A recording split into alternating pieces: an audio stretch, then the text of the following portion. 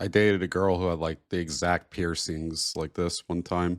We're going to turn on the most important thing that they just patched into the game. You go into options, you go into game, you click on quick movement. It took like 5 months for this to come into the game. They didn't launch Civ 7 with quick movement. I've wasted years of my life. I wish I was this hairy. It's new game time, and we're going to be the happiest man in the entire world, Charlemagne. I think we're going to go after just pure happiness here with a little build that I like to call horse upon horse upon horse.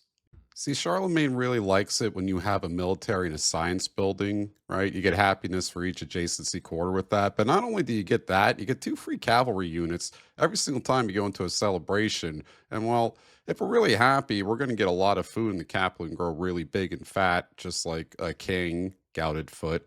And we're also going to have a lot of cavalry units. So every time we go into a celebration, we're going to get happier because every single cavalry unit's going to give us happiness. Happy. It's like Pharrell. Antiquity age, of course. All these other ages are dead to me. So the game suggests you to either go Greek or Roman, which is basically the same thing. This is just Western Greek, and this is just Greek. But like none of this is really that good to get even happier than happy can happy be happy. So we're gonna go Maria instead. Not only do you get 2 pantheons when you go into mysticism, you can produce the Sanchi Stupa, which is a nice little happiness, blah blah blah.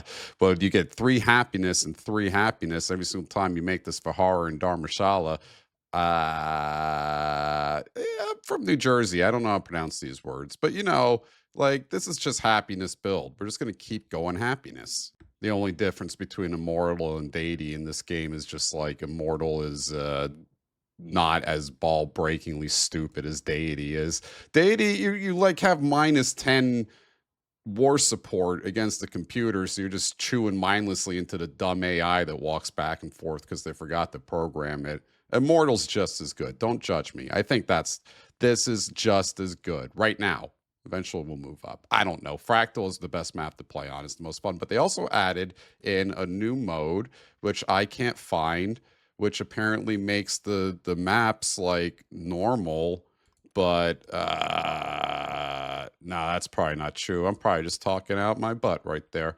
I have no idea. Either way, game speed, and we're going to Fractal, standard size map. Our founder is a shirtless man. All he had was he didn't even have the shirt on his back. First thing we do, we go to Settler and we click on that lens. Look, they have a new lens now. It's the trade lens. That doesn't really help us. There's also the crisis points right here, which I'm just going to ignore. I mean, I know it's coming anyways. I didn't really have to add that. I just would have like rather they added anything to teach me like, oh, why is my city unbelievably unhappy or something like that. That would be much cooler to add, but that's good. I like that at least. So we have a really interesting start right here, which I was looking at kind of like cockeyed for a second. But here's a quick little tutorial when you're trying to settle. Anywhere you settle blue gives you more happiness. Everywhere you settle yellow doesn't give you any happiness, and you can't settle where the red is. That's just what those colors mean. I think they explain it. I don't know what they really explain. Anyways, we got really good production right here with the cotton, and we also have 2 elephants, which can help us pump out wonders early on tropical plains and desert terrain. Not only that, we have 2 cavalry units just gifted to us right here, and we're going to be spamming that cavalry.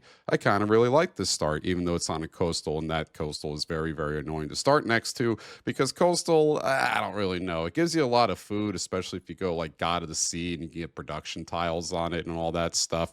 But really, I prefer just nice flat land where you can get really good adjacency bonuses, which we're going to go over to. But whatever. We're just going to settle right here. I think, should I move over one? Is that daring? Should I go over here and be a lake person or a beach person, a beach bum or a weird laker? Let's be a laker. Look, oh my God, quick movement. Not only is there quick movement, there's also, look, you can rename your cities now. So instead of this being Petalaporter or something like that, I'm going to call it Pittsburgh. Steel City, baby. Let's go double scout. I always like to go double scout because I think that one, it's very important to map out the land that you're looking at, right? You don't want to settle somewhere suboptimal, as we like to say. But it's also good to have 2 scouts out because I believe that these little goody huts are unbelievably important. They give you so much stuff. And because they give you so much stuff, I think a first research right here should really be sailing. Usually you would go something that is going to be really nice for this first warehouse you're going to build, right? Like a brickyard or a pottery are both really nice, or saw pit rather. And you can take advantage of all these like future saw pits that you're going to have right here. And I see a lot of those. So we're probably going to be looking at that over pottery just right off the bat. But instead of that, we have the sailing, which is one going to give us a fishing key to take advantage of all this food around us, but two, allow us to actually pick up these things right here, which is really nice. So we're going to get that. I've discovered Mordor. We have like the ring and volcanoes going off, and I have to go through Shelob's lair, which I think they should add, and I'm surprised they didn't in this patch. First thing we're going to pick up on our growth is this nice little cotton tile right here. Not only are we going to get the base, we're also going to get the 2 food and 2 production in our capital. Boop. Beautiful. You're fucking kidding me. What? Am I the Incans? I'm telling you, watch this quick combat. This is just the quick combat, quick movement. This is just beautiful. Thump. Look at that. I'm a race car now. Compared to how it used to be, first off, new best friend coming near us. That's Ghandi, which I believe is a mercantile civilization. I'll probably be wrong, but watch this. That was so slow. I'm telling you, I lost years of my life watching this quick movement for the first few months of this game. In Oregon Trail days, if you cross this river, you'd lose like half your family. And that's not even counting the elephants that you'd have to get into once you're done. This is literally the cutest thing in any video game ever. I love the man on the boat with his dog. The only time this is bad is when the scout's hurt and this is all on fire instead. I'm disappointed they haven't really fixed the yield icons yet. These yields are so butt ugly when you look at them. They used to be a lot better in Civ V and Civ VI. I still think Civ V did the best because I'm a Civ V fanboy, but like they're so translucent. I don't like looking at them. Like it doesn't feel good. I don't know. I always used to play with yields on. Now I don't. You know, I kind of got a Pittsburgh Three Rivers thing going on right now, right? That's the Ohio. That's the Allegheny. I forgot the third one. That's what the Three Rivers thing is about. Football. So usually I skip the granary just because I think in your main city, especially if you're going after wonders or something like that, you're not going to be having a lot of farms or pastures everywhere. I don't know. I might be wrong or not. I just always skip it in a lot of things that I do. By the way, I'm like okay at this game. Just take everything I say with the word of salt. I don't know. I should probably delete this part too. I don't care. Point is, I want to get big, fat, and happy. So we're going to be growing a lot of farms, and I want this granary down as fast as possible. And we're going to put this baby like right. Well, here's the problem, right? We got coastals around here and around here. This is what limiting and settling on a coastal area kind of screws things up because this has no adjacency bonuses. And things that get adjacency bonuses from coastals are things that I want to grow on, like gardens, right? Or baths or anything like that. So usually I want to like kind of keep it away from this tile, especially just because there's 3 coastal tiles right here. If I were to place this granary right here, that would be devastating for me. But I could also place it kind of like here and get away with it just because I'll probably have these coastal tiles unlocked in a second. And right here is like an ideal library spot or just any working spot just because of the 2 resources on the adjacency bonuses. So this is like a no-win right here. I could also place it right here instead of where the altar is. Place it right in my palace, which is, again, something I kind of don't want to do because it's a permanent building. So I'm kind of up in the air about this. Please post in the comment section below where you think the granary should have went and your favorite dinosaur. I chose here. Plus, it makes sense. It's right next to the palace. You don't want to walk too far to your granary from your palace. 6 turns until I can click on you. I want to click on you now. Will the all-seeing eye reveal any treasure? 1. Yay. It's a cairn. That means we're grave robbers if we come over here and take this. Which I'm really disappointed that we don't bury ourselves in cairns anymore. When I die at the ripe old age of 42, can you guys bury me in one of these? I'm kind of just hanging the scout out near here because I want to pick up both of these as fast as possible, but 5 turns. So he's just going to be kind of like, you know, you ever work a job where you're only kind of working and you're just kind of doing the same thing over and over again? It's kind of like watching a old lazy fan work. You know it's working, but it's not really doing much. Anyways, 3 dogs. These guys look mean, right? When you set up spikes around your home like that, that usually means no, thank you. I don't like visitors. Time to loot a grave. What are we going to get? Click on it. Go. Thank you. All right. Builders have raised a monolith effortlessly and with few tools. Yeah, doubt it. They probably use like Arm and Hammer. Actually, that's baking soda. What's a tool, DeWalt? The artisans back home will want to know of these novel techniques. So, are we going to learn culture or are we going to learn science in Pittsburgh? Well, Pittsburgh is the steel city, and we do have a lot of production right now. Culture is extremely important, but I do want to get down the villa and the arena as fast as possible, as well as the sailing. So we're going to go after the science first. We're going to be nerds instead of artistes. I found out my audio is all off, like in the beginning half of this recording, but I'm not going back to fix it. So if you hear the music now, you're welcome. Let's go take elephants, and we're going to use them as friends. That's how we're producing the wonders faster. They're telling us how to make it, not that we're utilizing their labor. Yay! All right, Scout, you were going towards that delicious gypsum, but we're going to turn around and pick up this coastal edifice instead, which I don't believe anyone's ever made in human history. I don't think anyone's ever waded out into the middle of a coastline and made an edifice, but you know, we'll work with it. More treasure. Scout, you're doing so much work. And we can loop back to get that one. So we're going to race over here to beat any dirty computer that thinks it's their treasure, not my treasure. Speaking of computers, apparently they made it so computers don't like forward settle you anymore. But I kind of like that. It spiced things up a little bit. Whatever. The gods have favored them with a more abundant harvest than they could possibly ever need, the fisherman said. I messed up reading it, so I put the word possibly in there if you caught that. They don't wish it to spoil, but aim to be compensated for the labor. Purchase the excess, so 40 food to Pittsburgh or 20 food to Pittsburgh if we test the gods' favor. You know what? I got 70 gold to spare, and we're about getting big and hungry because Charlemagne is a nice, jolly fellow who puts his hand on his tummy after he's done eating. This guy was actually really interesting. So when he was like inheriting the kingdom and stuff from his papier, his father, he inherited it with his brother, and then his brother hated him, and they were about to go to war and completely like rip apart Europe. And then his brother died of nosebleed, and that like just actually happened. He wasn't like poisoned or assassinated. He just died of a nosebleed. So you can thank modern day Europe and the Holy Roman Empire on a nosebleed. Now, the question becomes, do I start growing out to all these coastal tiles I got? Because we can count them right here. We got more in the few in an area that I wasn't really planning on doing it in, but you know, whatever. 1, 2, 3, 4, 5, 6, 7, 8, 9 coastal tiles. That's pretty decent. That's a lot of food, but we also have a lot of production near us. Like we can grow out on these farms to take advantage of our granary and try to get this elephants over here and become those guys who invaded Rohan at the end, right? And then over here, bleh, this is like Wonderland. This is where I always slap all my wonders and just the backwoods, the hinterlands of Pittsburgh. So here's the choice. Do we go out into the ocean and become whale, or do we go out to the land and become elephant? And I'm going to actually shoot for the elephant, I think, sillily enough.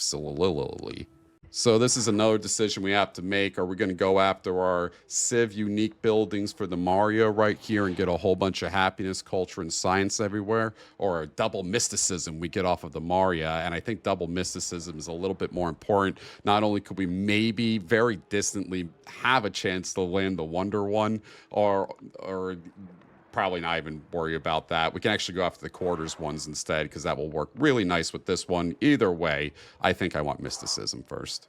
Now, is this a resolution thing? Because this always blows my mind how they keep updating the UI in this game. Why is there a scroll bar right here? Why can't they just move this up a little bit, get rid of this negative space right here, right? Instead of it being at the bottom of the screen for some reason.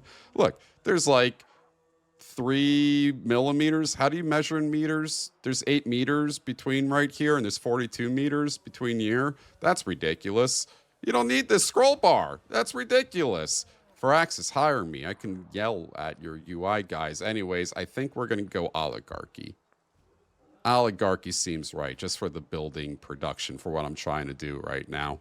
I also always take tool making as the first decision. We're going to probably have a lot of celebrations to help us out and just fill up all our social policies right now. But tool making just feels really good just from the extra production that you get. That one little extra helps you pump out your settlers just a little bit quicker, and you get a little bit of science. The culture is also very nice if you're racing for your mysticism like I'm trying to do, but I don't know. I don't know. So we're a little late on settlers. I usually like producing them as soon as I hit 5 pop because I believe the faster you get out towns, the faster you get everything, right? The faster you get down settlements, the faster everything happens. So the slower you get your settlers out, the worse it is for you. Get your settlers out as fast as possible, I believe, especially in Civ V, maybe in Civ 7. I don't know about Civ 6. I didn't like Civ 6. Meh. You know what's really funny is watching this quick movement right now with the AI. They go crazy. Watch this guy. What? You pulled me over here. I was doing something. Should we eat the fungus or examine the fungus? I think I'm going to surprisingly eat the fungus. Yum, yum, which is also really weird. So here's another trap they put you in. It takes more food, I believe, to grow in the first age and the antiquity age. For some reason, I don't know why. If that's true, yay. If it's not, correct me. I don't care. I don't care anymore. So, but that's the point is, do we really want food if it doesn't really help us that much in antiquity age? And I think the answer might actually be no and get the science instead. So we're gonna eat the fungus after we look at it. That's the best way to tell if fungus is good for you or not. There's a really funny, if you ever see the Viking Northmen comedy show that the I think Denmark or maybe Norway put out. They just were walking around with thralls and making them eat the fungus to see if it was poisonous or not, and just like had like a little check mark next to the box if it was poisonous or not. Norwegian humor is very dry and witty. I like it. So quick lesson about policy slots and stuff like that. Here's your social policies over here that you can slot in. You get an extra one of these every single time you enter into a celebration. And the way you enter into celebrations is by having a whole bunch of happiness, right? So it's going to be 18 turns. I'm getting +7 happiness a turn. That's going to balloon up as we're going after our goals and open up more and more social policy slots, which, by the way, you can't really get any other way than tradition. I don't believe like you can't get any other way than celebrations. Correct me if I'm wrong, but either way, we're going to be going after a lot of buildings. One in our civics trees is going to be focusing on happiness, like the Angkor Wat over here, the Mundo Paradito, if we can get that off. We're also going to have a bunch in our Marian civilization over here, just between our base buildings and our civic trees right here. We're also going to have it in our military buildings, are going to have plus gold for our surplus and our happiness, and then we're going to try to hit the Sanchi Stupa with even more happiness. We're going to have culture pouring in off of that is the goal of this fun little build that I like doing with jolly old Charlemagne and his free happiness units that we're going to see as soon as the celebrations start kicking in, and we have some cavalry research, which we're also going to want to try to shoot for. So all of our research right here is going to be shooting towards the wheel, which we're going to try to invent way after all of this stuff, which seems odd. I just absolutely do not think that we invented writing before the wheel. The wheel seems like literally the easiest thing to invent outside of, like, I don't know, PayPal. And unfortunately, it's going to take us forever to get there if we don't go after science first. So even though I want to go after masonry right now and start pumping out some of the happiness buildings, we got to get pottery. Stinks. I hate it. But science, you got to get the building blocks. I believe in the ABC meat and potatoes of going after stuff. So get your food and your production first, then start working towards things. Writing helps you get all of your culture stuff down here, right? And then culture helps you get all of your fun, neat stuff throughout all of these trees, which is why I believe culture and literacy feed into each other in this game. I saw a YouTube comment that disagreed with me before, and I got very mad at that YouTube comment, because how dare you disagree with me, the all-knowing one. What's in this goodie hut? Savor the feast or declare the creature sacred. We're going to savor the feast, go into these happiness celebrations. Actually, the more happiness celebrations we go into, the harder it's going to be to get them later. But let's get them now. Woo! I'm telling you, this is the power of the 2-scout build. Not only do you grab every single one of these goodie huts and get huge bonuses early on, because like 50 happiness off that last one, I mean, that's like a lot of turns of happiness right in there. 7 turns of happiness. And then over here, we get 20 foods. That's a turn of growth right in our main city just for grabbing that. Get double scout. Not only are we grabbing those huts, we're also finding these city-states, which is supremely important to do because city-states give you absolutely huge bonuses over and over again. Let's keep getting science because we don't have science yet. I want science. We need more science. Tell me, Legolas, what do you see with your elf eyes? 2 jades, old wreckage on heavy snow, and a bunch of people who like money. From now on, after that joke in this line of Mordor I got over here with all these volcanoes that are going off over and over again. Did they add in a repair all button yet? I can't remember. This is now a Lord of the Rings playthrough with Pittsburgh still as the main city in it. Pittsburgh in the Tolkien Legendarium did actually exist in Westeros. That's Game of Thrones. I'm begrudgingly befriending Ghandi first because you gotta befriend somebody, right? You gotta nuke somebody. I just haven't found any other city-states, even with my potent double scout build, which is never weak and always works out. So I got some settling theories right here, right? I'm not sure if this is the perfect settling theory that I can come up with, but I always have the idea that you kind of want to settle not necessarily as close as possible to your capital as you do in Civ V. This might be more like Civ VI settling when you were talking about Civ VII settling. I like how Civ is just broken up by the different ages. It's like the Beatles or something like that, only worse. Somehow the I should just kill this clip. You're supposed to settle like close to your city in Civ 5 because in Civ 5 you can share tiles, but in Civ 6 you can't share tiles. And not only can't share tiles, you can steal tiles from your main city, which you might necessarily need for like wonders or districts or something like that. So I try to settle my cities with at least one gap from the third city. Like I could put a city right here, but that's just so wasteful for the area. But I still want to get the settler down as fast as possible. And I kind of want to get the settler down as fast as possible near enough that it's going to form a city connection automatically. I'm not going to have to use a merchant, and also on blue tiles because I think happiness does just matter a lot in this game. I feel like this is the neglected stepchild of all the stats that people look at. It could be very powerful. I completely forgot they just added this guy. I'm like, who the hell is this? Simon Bolivar. This guy was really cool. He conquered a whole bunch of stuff all at once. Very rapid. The Napoleon of South America or something people call him. The Britney Spears of South America. Anyways, so we made him. They just put him into the game. I'm not even sure what he even does, but we can look that up, which is a neat little thing you can do when you're trying to figure out what people actually are like. Click on this little brain cell right here when you're talking to your friends, and they'll tell you all about him. So he gains 1 free support on your... Oh, god damn it.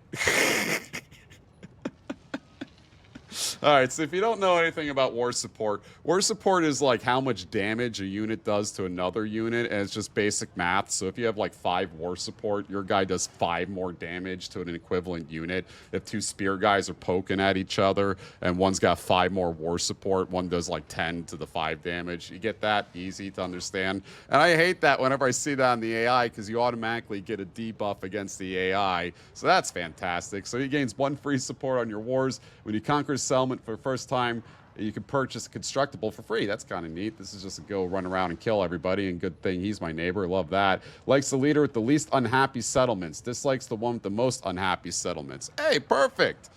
Hey, this guy's gonna be my biffles. And he's also Beret Empire, which just basically prevents your rivers from flooding over and over again, but also makes really neat looking cities. I very highly recommend the Khmer Empire just because it makes neat little cities on rivers. They also put this negative thing below them now. I guess are they gonna undo the portraits? Is this just gonna be this now? We'll find out, because I think everyone complained about the portraits, right? Everyone hated the guys either really liking you or really hating you. We should be working towards this elephant tile right here. I should be going after this right here, but instead we're gonna go after this horsey tile. One's gonna help out our units too. Look at that little production, right? Do you want one with no production, or do you want one with production? What's in the goodie hut? What's in the goodie hut? Votive figures have been flung. What the hell does votive mean? Figures have been flung across the landscape. For the slain, they have comfort. For the orphans, signs of devotion. For those in the capital, thrilling curiosities. All right, 1 second, everybody. Votive.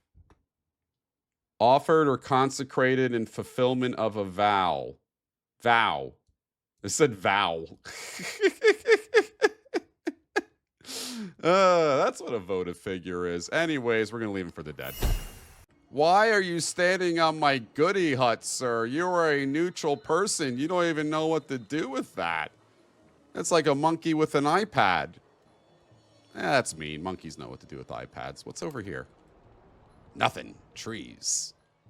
Snowy trees. What's everyone's favorite monkey? Post it in the comments. So we're going to do some math right here to figure out which thing you take during a narrative event. So it's going to take me 12 turns to get a new citizen, right?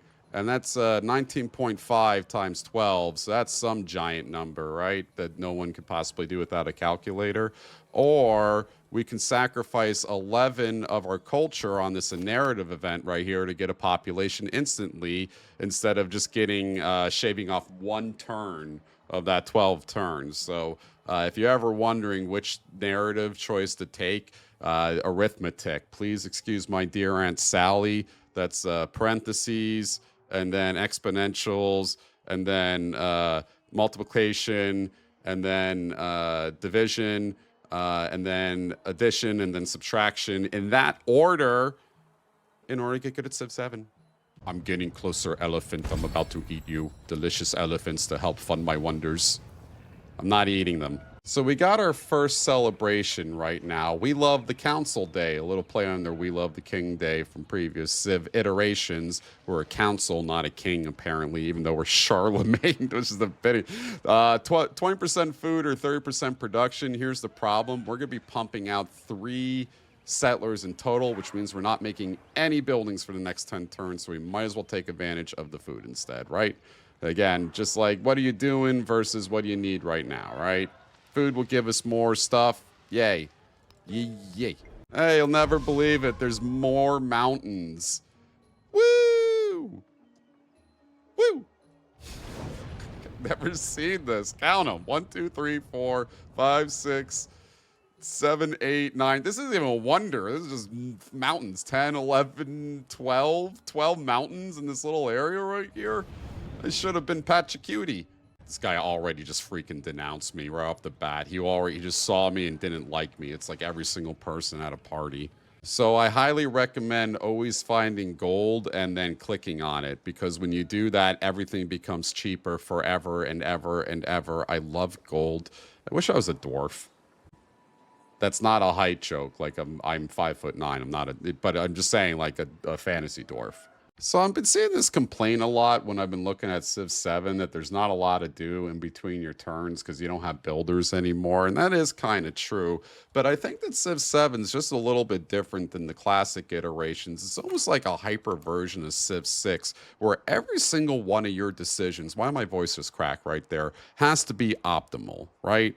Like you should be looking around constantly to see where can you just place the most optimal city, the most optimal town, the most optimal place to just scoop everything up, the perfect plan that you can have to hit every single adjacency and stuff like that. So in your in-between times, you should really be planning what you should be doing next, right? Instead of just sitting there and just kind of figuring out as you go. I think Civ 5 is a lot more forgiving with that, especially because you can like pick and choose how you upgrade your land versus this being kind of rigid in stone. And that's also like how you're going to grow your towns and things like that. What's your plan on your growth out? If you have a granary down first, you should really be targeting farms as your first growth picks, right? Instead of like anything that isn't benefited from it, if that makes sense. I hope that makes sense. It does make sense. I know it makes sense. Like, even though we're not doing anything right here, my mind, the machinations are already going into overdrive. I'm already seeing Ujjaini, which we're going to rename to Bree in honor of a town. I think Bree spelled like that. Bree spelled like that, right? In honor of a town, a little game called Lord of the Rings. And we haven't looked down here yet, but we already know that this looks like a really good future wonderland if we want to change cities. Like if we build too many wonders over here in Pittsburgh and we get offered Bree as a new thing. This is also a really nice little hub city eventually because we're going to have a good fishing town over here, right? Go over to the settler tab. If we slap someone down right here, not only are we going to get bonus happiness for settling there and using the Maria special unit, we can also start scooping up all of these nice tiles over here that we're already going to be focusing on due to our capital. So we know this is a town, right? This is a future fishing town. This is a future city hub.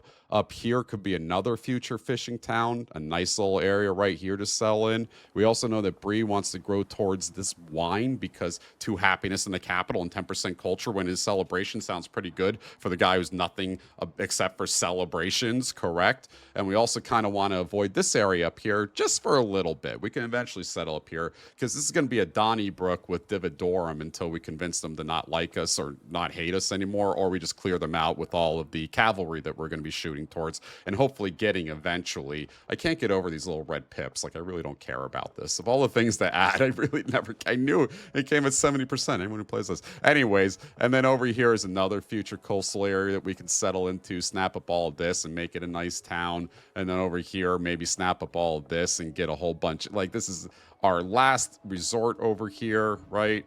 This is the stuff you should be planning in between instead of being like, there's nothing to do. There's stuff to do.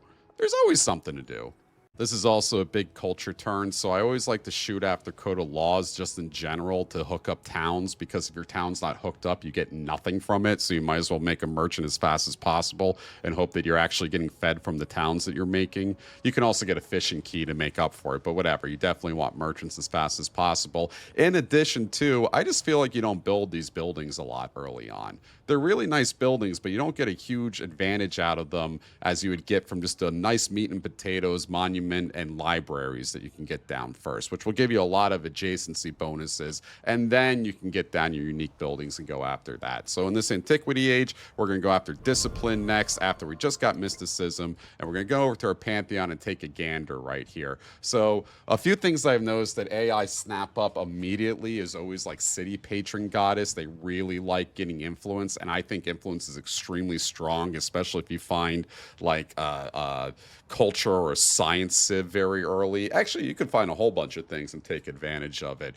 But either way, I find that to be really nice to get early to scoop everything, especially if you're in a multiplayer setting in this game. Earth Goddess also gets taken a lot, and I never know why. I don't know why the AI likes that so much. Fertility, 10% growth rates in cities is very nice. That was also snapped up. Culture and quarters was also snapped up, which kind of hurts our double quarter build we're going for. +5 healing for units and rural tiles. I don't know who typed that up. Who thought that? Who was in Firaxis that was like, we need filler here, and just literally put down the weakest idea you could possibly put down as a pantheon? Anyways, we get to choose 2, right? So we get a Goddess of the Harvest right here, which is really nice for a food gain build. We also have God of the Sun, which will help push out happiness on every single one of our towns that we're settling down, right?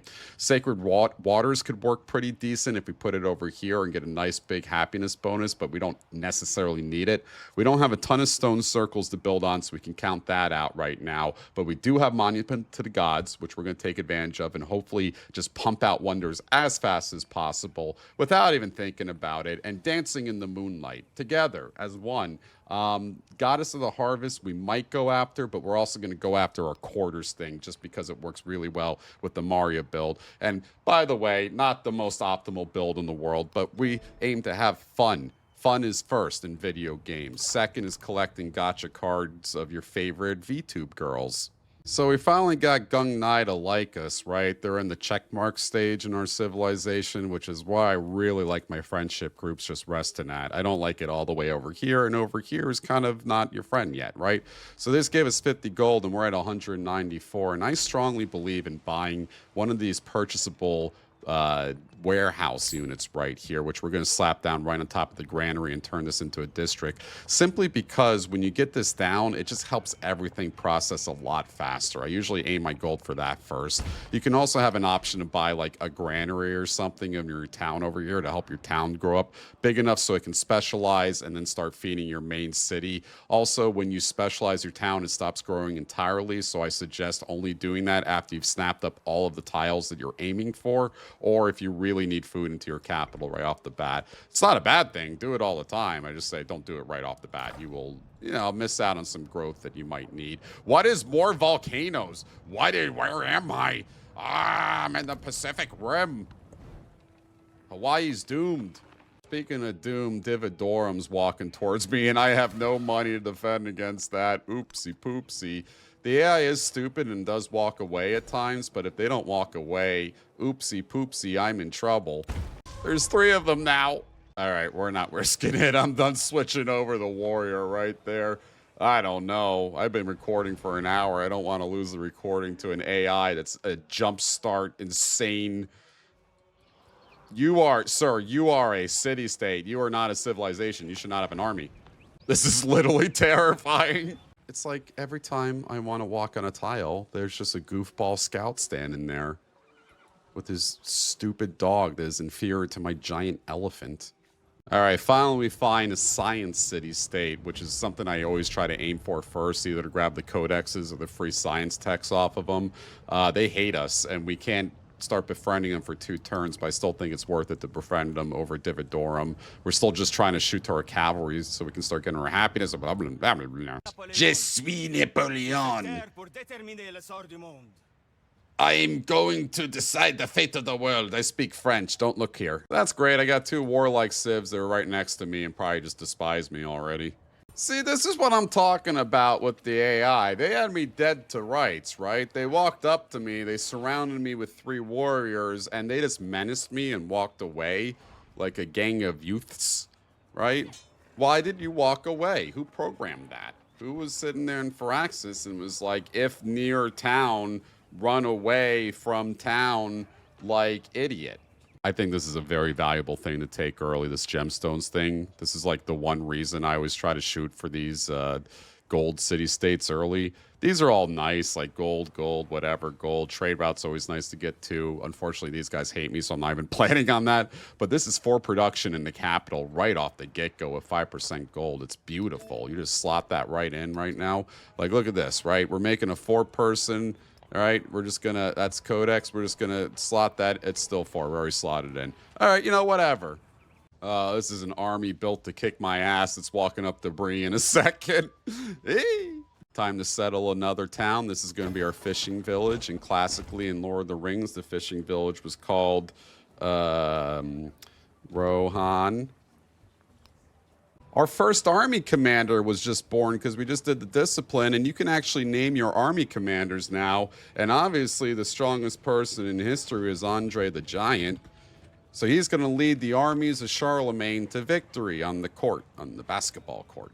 I also kind of want this AI to come back and start a Donnybrook here so I can level up Andre the Giant and put him on something, because I really just love this first thing in leadership where you get 5% yields in a settlement when you're standing on top of the district. It's mwah, c'est magnifique. I love it. There's a lot of good things. I usually just fill out leadership, maneuver, and assault, but whatever. I need those guys to come back. We need a fight. We need a scrap. What if we threw a war and everybody came? Orcs, orcs, orcs. Daka, daka, daka, daka, daka, daka, daka, daka, daka. So we get our first unique quest. A bunch of these always pop up depending on the civ and the leader you get. And it's either train a warrior and a slinger or build a library. Or we just spend our money and get gold for this, which is really nice too. We could use the 50 gold. But there's about to be a whole bunch of fights happening. And usually I pick build a library right here. But we're going to go after train a warrior and a slinger, because Jiminy Christmas, something bad is going to happen with that whole army down here in a second as soon as he chooses to come up here. Also, very much like that they highlight the units so you can see them now, even though it's an ugly black outline, it's still visible. And my scout got punched in the face over here, and look, he's got a visible health bar. You can finally see it. Bravo, good patch. The second I get a slinger, the second I get a cavalry, I'm walking over there and I'm destroying Dividorum. I don't like that they menaced me. I'm thinking about that now. That's like a car dealer who's way too aggressive at a car dealership. I had that happen one time. I was buying a car from a car dealership, and the car dealer was way too aggressive. He was like trying to hard sell me. I still think about that to this day. Like it's the most traumatizing thing that's ever occurred in my sheltered life. We got 2 elephants and we got ourselves a marble now. So that's 20% production plus the 10% from the altar that we're going to get up in a bit. And then that with the marble too for any grassland, tundra, or marine terrain if we want to place anywhere around here, which is, you know, kind of nice. We're going to be building things fast. I like that. Ooh, we just got a combat elephant from a quest. Look at that.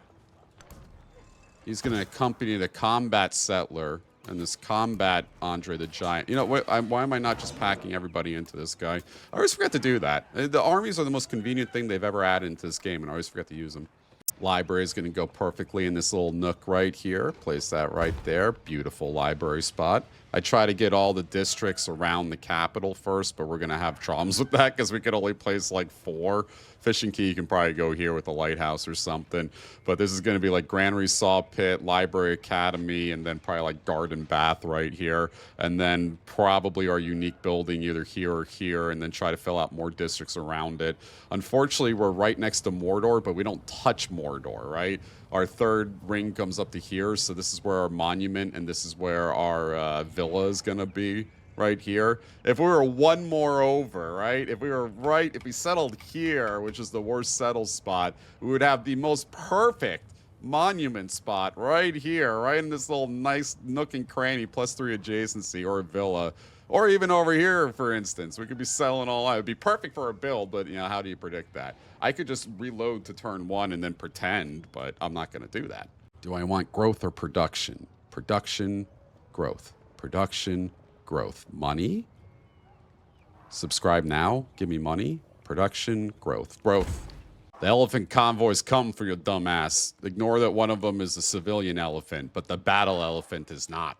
You know, I just realized something, right? I've been working down this way with both my scouts for a while. There's a whole terra incognito, like right here. I think there's like a whole nother continent right there where everybody else is. I probably should have went left at any given point in time in this playthrough. So I'm going to take this guy and now go left. We're going to see what's beyond the seas. I just met this girl. I always like talking to her when I first meet her. I forgot to record it, but she's very animated when she talks, which I think more of us should do in real life. All right, another celebration. We're going to flip over from food to production. Food's great and all. We're going to naturally get it, but we really need to pump out these buildings. Already got 3 social policies going. It's looking nice with the +28 happiness. Somehow this camp was untaken. Napoleon just did not want this the entire time while he was fighting Carl Soupy right here, but we can demolish the camp and get more celebration or take the supplies. Again, I don't want to over-celebrate because I need my cavalry to start popping out, but we are not even close to researching cavalry yet, so I think I'm going to take the supplies. It's probably a dumb move, but whatever. Now, you may think that this is going to be a useless city right here, but I actually call this a cathartic city.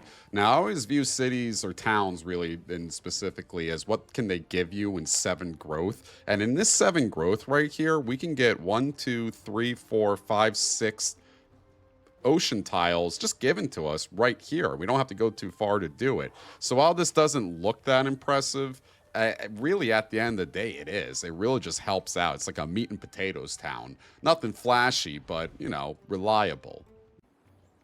This town shall be called I'm running out of Lord of the Rings town names. We're gonna call this Hobbit Town. Nobody knows more than 2 Lord of the Rings town names, unfortunately. It's knowledge lost to memory and time and space. Camels. Everyone loves camels, though. Camels, if I could have nothing but camels as a resource in this game, I would, even though they give you nothing. I've been informed that Hobbit Town is actually called the Shire. That's my bad. So we're going to call that the Shire. Who wins in a fight, elephant or slinger? Elephant. Give me my delicious leadership bonus, +5% yields to settlement. Delicious. We're going to train a slinger really quick just to complete our quest. Just really quick. Just a quickie. Now, I just trained the slinger. I didn't complete my quest, but I trained the warrior before, and I'm wondering if it counts towards the quest or not. We'll find out on turn end. We met another Frenchman. This entire game is just French all the way down. Je veux s'il vous plaît. What the hell does that mean? Buying a fishing key in my town to make it grow big. Buying a fishing key in my town to make it grow Make it grow big. It totally didn't count towards the quest, by the way. I just realized that. So unfortunately, just for the sake of experimenting, like it's college again, I have to make the warrior go first and train a warrior, even though I just trained a warrior. Just trained warriors on top of warriors is never good enough for these people. Hit him with an elephant. God, they have more warriors behind that. I'm worried for my elephant now. Well, now here's a big uh-oh. There just appears to be a big old battleship next to the Shire right there. And in the books, they couldn't really stand up to battleships, so I doubt they're going to stand up to that one either. Either way, I think that we're going to have to put a slinger or divert a slinger over here because these are bastards. I hate boats. Boats can attack you, but you can't attack them back in melee? What the hell is that? I could swim out to a boat. I don't even know what you're doing over here. These islands don't help me at all. Very nice, pretty island, though. Another bastard boat is looming over my scouts. What the hell was that? Did I spell the Shire with a capital H? How the hell did I do that? The Shire. Is that still the same thing? Why is it a capital H? I don't know. That bothers me. Anyways, throw rocks at it. Which is like the easiest way to solve every problem in life. Yeah, we just got a warrior in Pittsburgh because we made a warrior in Pittsburgh. We got a warrior for a warrior. So we can capture a settlement right here. I don't believe that works for city-states in this king diplomacy thing right here. Or we can just get more influence. Either way, I feel like capturing the settlement today. So let's grab that. I think that worked. Did that work? I don't think that worked. That didn't work. I don't believe that worked. Maybe that worked. I don't think that worked. These are all temptations. All these early wonders. They're temptations. 200 gold when you make a wonder is really nice if you go in full wonder build, but it's a temptation. Fortified district's really nice if you get an attack, but it's a temptation. Bursts of 2 gold's really nice. The AI is too stupid to plunder your trade routes, so you don't have to get it. It's a temptation. We do meat and potatoes here. We do monuments here, okay? This is a monument. I was raised on monuments. We build monuments here. So now we've cleared out the hinterlands, and we have, like, legitimately 4 or 5 places we can place cities here, right? This is still a great spot to put over here because, again, think 7 cities or 7 tiles. 1, 2, 3, 4, 5, 6, 7, plus a fishing key. Just an absolutely great fishing town right there. This looks like a big mop-em-up town where you could eventually place a city and just have a whole bunch of wonders there. Even though it doesn't look that fancy, especially because of salt, which I think is some of the most useless things unless you're going to full military build. Just a great area. Just place a a ton amount of buildings. Are you allowed to curse on YouTube? I forgot. Anyways, you can also slot a town in right here and take advantage of some of this fishing over here. And then you can also slot in a town where we just destroyed Dividorum and take advantage of all this nice little area. And up here too. None of these are anything to brag about, but it's something to just like, you know, you're not dead in the water if you're looking back and you're looking at a tundra-filled town like this, you know? I want to keep growing out to the water, especially because we're just making our fishing key right now. But I mean, it's too much. It's too juicy to pass up on some of these tiles right here, right? And again, the logically speaking thing is grow towards the resources, which are really nice. But then after you're done with that, kind of just pick on whatever's the biggest, right? 2 food, 3 production, 1 happiness is way better than like 1 food, 2 production, 1 happiness, right? 3 food, 1 happiness is really nice. But again, I think production's a little bit more key during the Antiquity Age. This is also looking like a nice settle spot over here to the left. Long Chang is a little bit annoying. I think I might try to befriend them instead of fight them, especially because of the coastal thing and I have 0 boats, so I'd have to make a beachhead to fight them. And also, just looking over here, if we go over to the settler lens, this is also looking like a nice little area to settle and a very high production area to settle on top of that too. So, ooh, and a goodie hut over there. That might be the new world. I don't know. That's kind of far away. I'm really worried about the Shire. This boat's going to be hitting us. This warrior's walking over here. We have another boat right behind it. I think I'm going to position this guy right here and just buy another slinger on top of this. It's a really shitty way to spend money. I dislike it, but gotta do it. Gotta do it to survive, right? You do anything to survive in this cold, harsh world. Hit them with rocks. Why are boats so stout? They have like 8,000 health and you can't melee them. Why? Who came up with this idea? Was it John Faraxis? Move my warriors over here because I knew this guy was coming to come fight me, so I don't have him over here for this stupid boat. A boat. What's happened to my camera? Stupid boat. Finally, we're researching the wheel too. That took forever. We're on turn 53. We're just now hanging gardens or a garden. Which one are we going to go for here? Hanging gardens is a little bit better for us. One, it's going to give us happiness. It can also feed off of this monument we just placed right here. But two, it's also going to help us grow all these towns that we're slapping down everywhere. Growth plus happiness is very powerful. There's just pure screams every single turn as the Shire gets burnt on fire. Hit him with rocks. Hit him with rocks. Thankfully, all of our towns are connected, so our first trader can go to the guy who absolutely despises us, so we're not going to send it to him. We're going to send him to Ghandi instead, which I'm pretty sure is in Italy. More boats! I just hate boats! Why are boats the biggest menace in Civ 7? I don't understand it. The boats and boats. This is such a dangerous game. My scout just keeps, like, following right behind this warrior right here. First town specialization, of course, fishing town. I really see no point in all these other ones in the first stage. Like, +1 culture and science on quarters as a town is like, you're never gonna get that, right? +5 healing the units and 25 help the walls in this town is really nice if you make like a fort town on deity. I was doing that before. You just slap down a fort town, you just absorb all the hits, but all that does is just even out the fight. This gives you more food, this gives you more gold basically, and then this one is kind of useful if you're Carthage or something. So just always fishing town. If you're ever confused, just click fishing town. You'll feel great. You know, I was thinking that I could possibly levy a boat from the city-state and swim it around to fight these guys, but the Shire might hold. And even if the Shire doesn't hold, boats typically capture and then walk away, so you can recapture as long as you have a guy somewhat nearby. So we're just hoping on that. If the Shire disappears, you know what? I'm keeping it in. There's more boats! Okay, hang on. We gotta pull this guy out. And we got to put a warrior here to tank some of the hits. This is ridiculous. I'm spending all my gold on boat safety prevention measures. And with this final rock, the Shire was saved from Saruman on his boat. Watch him sink with Grimmer Wormtongue. Oh my god, they actually have like dead bodies floating in the water. What the hell? Another precious baby gets to level 7. Wait, what happened there? Another precious baby gets to level 7. Another town gets specialized into fishing. Fish. It's 5 more turns to make these boat assholes stop attacking my city.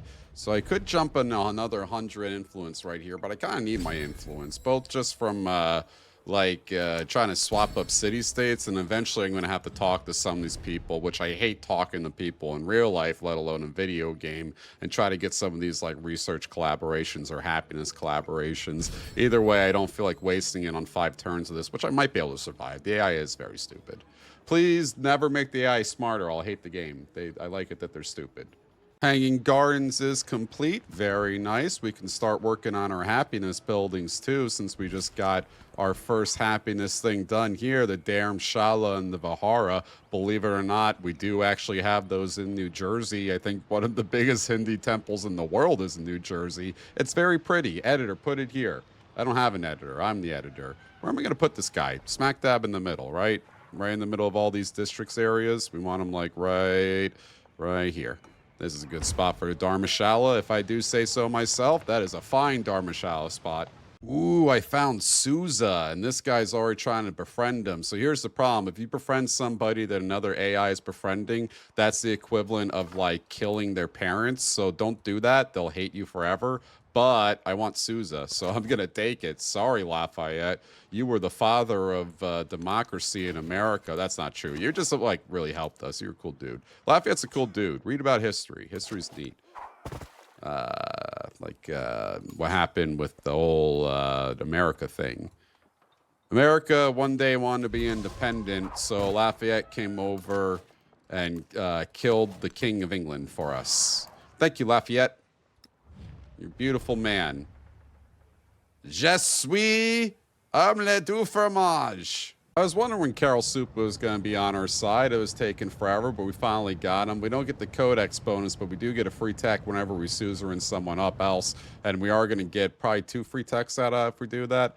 The Philosopher's Circle is also extremely strong. You get a big science boost for that if you're going to a whole bunch of suzerains. And just building buildings. Like if you go wide and make a whole bunch of cities, getting Garden of Wonders is really nice. But we're doing neither of that, so we're getting Pilgrimage. Just free techs. Free techs are good. I like free things. Everything tastes better when it's free. There is 5 active volcanoes next to Carol's Supa. You picked the absolute worst place to fund a research facility, or the best if your research is in dying. Oh, one more turn until these bastards stop attacking me. That's right, get out of here. Your chieftain likes us. You have no more claim on these lands, these ocean lands. You know, Portugal does that. Portugal is like here, and then they go, all of this is Portuguese land, and then people are like, no, that's ocean, and they'll go, nuh-uh. Watch this. He's trying to befriend Susie. He's working really hard to like him, but they automatically like me even more. I'm just the cool kid that other cool kids told the other kids about than this guy. I was really cool. I was really, really cool in high school. Everybody used to love that. I think every civilization needs towering men that are twice the size of your house, planning out where everything needs to go. We don't have enough 16-foot tall elite specimens of humanity deciding our future. Harappa! They hate us. Oh my god, they're missing now. No! Wait. I had people here, now they're gone. What happened to them? I didn't even see anyone attacking them. So this kind of stinks. I need to build a villa right here next to the active volcano that people love to be adjacent to, but I have to build something right here first in order to get to here, but the problem is here is not as good as here for a garden, so I had to put a garden here instead of here, which also cost me the garden on the district here, which I probably should have done. Whatever. We're just going to do a little leapfrog there. We're just going to put like the Bursa there or something and then leapfrog to it. Very dumb idea, but yeah. Whatever. You know what? No, I don't like that I did that. Reload. This is something you're never going to see. People do this all the time in YouTubes. You just never see the person actually do it. That was a bad decision I just made, so I'm going to reload and pretend that I did it fresh, and it's never happened. All right, so we have a problem. We got a fresh volcano right here, and I want to put a villa right here, and I have nothing to put this right here, because if I place the garden right here, that's only 4. But it's 7, and it's way better right here, plus the adjacency bonus on the palace. So we're going to put the garden right here. And I was going to put like a wonder right here, but that's a really stupid idea. And I just thought of that fresh. Nothing else happened to lead up to that moment besides what I was thinking of. So let us do you right here. That's good, right? I actually have 2 growths for some reason right there too. F it. I like that. And then go over this way. Okay, we got our first celebration with having the wheel, and all of a sudden, even more elephants. Oops, all elephants. We're just gonna pack them all into the Elephant Man, Andre the Giant. And again, to reiterate from a previous thing that I was talking about, my mementos is 2 happiness for every single cavalry unit, and I get 2 of them every single time I go into a celebration, so I'm just getting +6 from elephants. Our people love elephants. Who doesn't? Baby elephants are so fun. I love them. Oh, look I got my backup booby prize because they destroyed my science civ over there I was about to befriend, and then he befriended that guy. I was making fun of Lafayette, and he just totally, like, he just totally punked me. I just got completely and utterly punked right there. I made Bree into a city, and to help jumpstart Bree, I'm going to buy these saw pit and brickyards over the next few turns right here, just because I think that a city needs to be able to produce as fast as possible to take advantage of when it's made a city in its age, correct? Right? We only have 52% of this age left, and that's going to jump up as people continue to complete all the victory conditions across the board, which I've completed none of because this is more for fun than a strategic build you want to bust out against the 3 people who play this multiplayer. Either way, I believe that you want to get out production as fast as possible because you're on a time limit on your other cities that you're putting down. So we're going to be trying to buy production buildings in Bree just to get a nice little kickstart that it needs. All right, unfortunately, our first wonder that we're going to shoot for, the Mundo Perdidito, was just snapped up by Napoleon, but there's other wonders to go for. I'm not absolutely irate. Lafayette got Arkham Asylum too. He's got the Joker. That's the Joker, baby. twisted. These adjacency bonuses, right? Really pretty already. We're so happy. Look at all the smiley emojis. This is like when I tell a funny joke in group chat. You get a ton of little laughy faces, everyone laughing. The hell times are upon us again. Watch out, camels! I did something you're not really supposed to do in this build because it's a stupid thing to do in this build. It's like the exact opposite of what you want to do in this build, but I did it anyways, and that is settle a city over the limit. Whenever you do that, you're basically just shooting yourself on the foot. So I just hit myself with minus 25 happiness, I think, right there by settling this down, but I need the production in order to race on some of these wonders, so I'm doing that first. Plus, it helps with the victory conditions and economics, just going after these two production things over here. So, stupid idea overall. Don't be like me. It's all worth it for the gypsum. Give me the gypsum. Give me the gypsum. I don't even need to produce anything. Why am I doing this? No! Don't do it! No! Don't do it! Napoleon, leave them alone. They're turning good. All right, so we just produced the elephant out of Pittsburgh, and on top of it, we just went to another celebration. So that is now 6 policy slots, and we just got more elephants to deal with, which, by the way, all these are eating up in my gold treasury, but I don't care about gold. Gold is for greedy folks. I don't know. We're up to 6 elephants, which is giving us 12 happiness. So we're just going to do something crazy really quick and murder our entire army because I'm looking at that gold per minute right there, and I'm not really liking how much money I'm getting eaten up by all these really useless non-elephant people.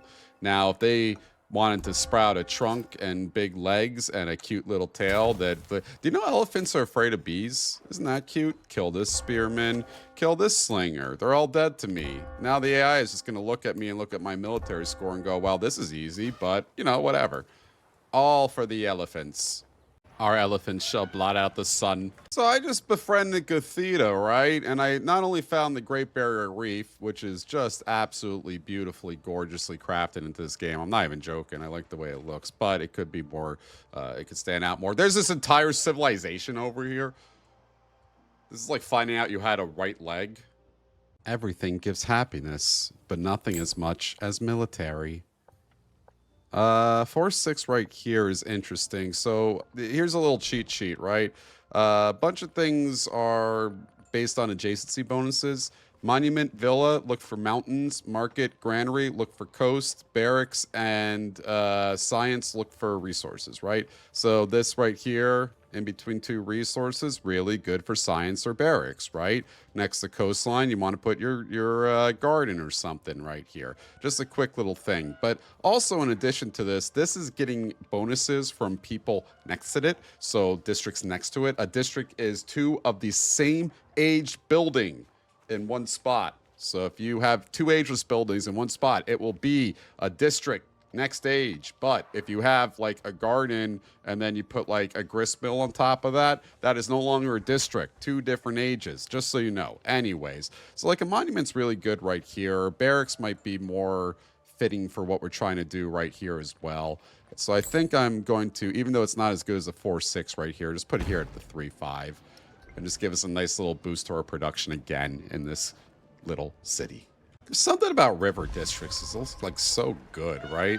You got this cool little river going down the middle, and you got cool little buildings on either side. And you know that this just smells absolutely terrible during the summer or the spring when all this is like dead fish and stuff. You're definitely seeing in this patch that this is just a way better settling by the cities, right? Like all these AIs are actually settling in a nice little cluster. They have their main city. They have their towns around it. They're not settling up behind me or something like that. They're not settling in crazy areas. This is very consistent over here. The only thing that's a little bit off is over here, the green player who is named Amina. She is just like a little bit up here and then down here. And then she has this whole little gap over here she never filled up. And now she has a settler over here. So the AI worked pretty well, except for this one. There's 18 happiness in this elephant barg. Look at this elephant berg. And then look at these social policy slots. I mean, we're on turn 105, and I got 1, 2, 3, 4, 5, 6, 7 social policy slots. That's not terrible. It actually could have been better. Really, that little city-state up here kind of diverted a lot of my money that I could have done to just free farm, but nothing bad has really happened to us. This is just kind of a mediocre build, but it's more fun than anything else because 116 happiness elephant wall. Oh, it's crisis time. I wasn't looking at the red blips and we got a crisis, and it's a happiness crisis. Ah, no. How does the game know? I have a happiness crisis on the happiness build, which means I can easily absorb it, but I wanted to have the most happiness with the most elephants. There's a city-state over here? It is turn 112. No one's even talked to them. There's a city-state over here.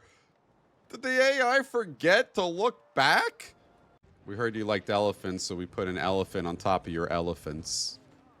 We heard you liked exhibit jokes in 2025, so we put your elephant in the exhibit joke. Do youth know who that is anymore? Oh, I just realized I screwed up. I had to put a garden here, not a monument, and I biffed it. I totally biffed it. That's a total biff right there. What a biff. At least you see it. See, everyone makes mistakes. It works out because I'm building a garden here, and then I can just put the bath right on there and get a district. So, you know, don't know. In every mistake, there's an opportunity. Another celebration, another elephant produced off of Pittsburgh, another 2 from the celebration. That's another 6 happiness. On the elephant wall it goes. And we could do -6 happiness in settlements with unfilled resource slots because everybody has filled resource slots. Everybody has filled. What? Oh, I'm always an idiot. It's the resource allocation. You gotta get it when you get a resource. Oops. Now Pittsburgh only has 47 happiness instead of 53. Help, tornadoes are taking my elephants away to Kansas. I mean, this is just pure Twister. This is 3 different tornadoes combined. I mean, if God hates you, this is one way to figure it out. Those poor trees are on fire. And I'm telling you, this is why you play on Fractal, by the way. Look how beautiful this map looks. Everything looks really nice, and it's really nicely spaced out with really interesting geography that you can build on. Always go Fractal. And make sure you settle the land behind you on Fractal. I can't get over that. That is really making me silly. I like how I'm dead last in every single statistic but happiness. None of these people are as delighted as I am. None of these people have an elephant wall. Ooh, hang on a second. The people of neighboring Ooh Cave are terribly unhappy, and they have asked to join our civilization in their quest for a brighter future, combined with the king's diplomacy, which I never completed, and now I get it. Look at that, capture a settlement, milestone completed. Where even is that? What have I inherited? Is this like getting a house in the middle of Wyoming after your uncle died? Yeah, it's all the way over here. Idiotic. I love that. I don't even want this place. This just ruined everything. It was just funny to get it, and that's all that matters. Look, everything's on fire, and I'm not sure if I'm familiar with this or not, but shouldn't there have been like a repair all key? I don't know. Point is, your name is now Numenor, after the Numenors. And we get another celebration, which we're just going to put towards food because we've really completed everything. And we have like every single social policy card you can possibly have. So we're just going to slam that into there and get 2 more elephants and make another elephant because we're elephants on elephants on elephants on elephants on elephants on elephants on elephants on elephants. I think from these crises, right? I'm trying to do the math on this. -6 happiness. I'm getting -12 from that. 0 from this. Actually, no, I'm actually getting -3 from this right now. So that's -15. Minus another 10. So that's -25. So really, we're sitting at like 1,000 happiness. You know, this is the worst culture I've ever had in my entire life. I've completed like absolutely 0 of these victory conditions. Happiness is an underrated thing. People don't go happiness enough in this game and they neglect the stat. Yeah, there's a reason for that, Nick. I don't care. More celebrations, more elephants. I need every elephant in every social policy possible. Why have good things when your social policy slots can give you less than what you actually wanted? Why? I just realized we didn't even get the capture settlement when they gave us this crappy town over here. There's even dragging the worst strat I could possibly come up with. I'm dragging myself down for no reason, thinking that this helped. I'm running out of elephant space for the elephants. And then we're at the end of the Antiquity age. And just to review everything really quick, 3rd place in science, dead last in culture when I needed to be like first in culture, but 206 happiness at the end of the first age with over, let's count them together, 1, 2, 3, 4, 5, 6, 7, 8, 9, 10, 11, 12, 13, 14, 15, 16, 17, 18, 19, 20, 21, 22, 23, 24, 25, 26, 27, 28, 29, 30, 31, 32, 33, 34, 35, 36 elephants contributing 2 happiness a pop, which is 72 happiness on elephants alone. And I could probably squeeze in one more elephant because it's the end of the age, but it's not ticking over for some reason. And is it going to work? Do we get one more elephant in? Do we go to 2? We do get one more elephant in. We get one more elephant before the world moves on from using them as war horses of some kind. I kind of wish we still did that as long as the elephants didn't get hurt, you know? That's the unfair part about using elephants in warfare, is that the elephants get hurt, not the humans who are using them mistreatingly. Why won't the age end? There it goes. So we finished the age with 2 science points, 1 military, 2 economic. We are in dead last in pretty much every single category except for Silk Roads, which is the easiest category to do. That's us at the bottom. Do not do this strategy. This is a warning. Don't do it. Like and subscribe. Goodbye. Nah, I'm joking. Look, we got Bulgaria. We can unlock Crumb. Receive food to all towns and pillaging improvements equal to 50% of the yield of HP gained. All combats -3, and you can be a Bulgarian. Yay! They add that in the patch. All right, like and subscribe. Goodbye. Never do the happiness build.